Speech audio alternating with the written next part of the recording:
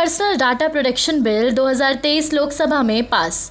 जानिए इसका आपकी जिंदगी पर क्या पड़ेगा असर। सोमवार को लोकसभा में digital personal data protection bill 2023 पारित कर दिया गया। यह बिल डेटा संभालने और संशोधित करने वाली संस्थाओं के दायित्वों के साथ साथ व्यक्तियों के अधिकारों को भी निर्धारित करता है। बिल में दिए नियमों को तोड़ने वाली संस्थाओं पर अधिकतम 250 करोड़ रुपए और न्यूनतम 50 करोड़ रुपए का जुर्माना लगाए जाने का प्रावधान दिया गया है। देशवासियों के लिए कितना जरूरी है ये बिल। देशवासियों के लिए digital personal data protection bill 2023 को जरूरी बताया जा रहा है। अब तक किसी भी कंपनी का रजिस्ट्रेशन करते वक्त उस कंपनी या प्लेटफॉर्म के साथ हम अपना पर्सनल इंफॉर्मेशन शेयर करते हैं, जिससे यह स्पष्ट नहीं हो पाता है कि कंपनी यूजर के डाटा का प्रयोग किस तरह से और किस काम के लिए करेगी। ये होता है यूजर्स का पर्सनल डाटा। पर्सनल डाटा में यूजर्स का फोन नंबर, आधार नंबर, पैन, एड्रेस, यहाँ तक उनकी लोकेशन भी होती है। इस डाटा के लीक होने से हैकर्स यूजर्स की जानकारी को आसानी से हासिल कर सकते हैं, जिससे वह उनके बैंक अकाउंट को खाली करने के साथ कई दूसरे तरीकों से भी यूजर को नुकसान पहुंचा सकते हैं, जिसके कारण देश की बहुत सारी पॉलिसी संस्थान सरकार पर लगातार इस बिल को लाने का दबाव बना रही थी। उनका कहना था कि डेटा संरक्षण के लिए देश में एक कानून होना जरूरी है जो आम जनता के डाटा को सुरक्षित कर सके।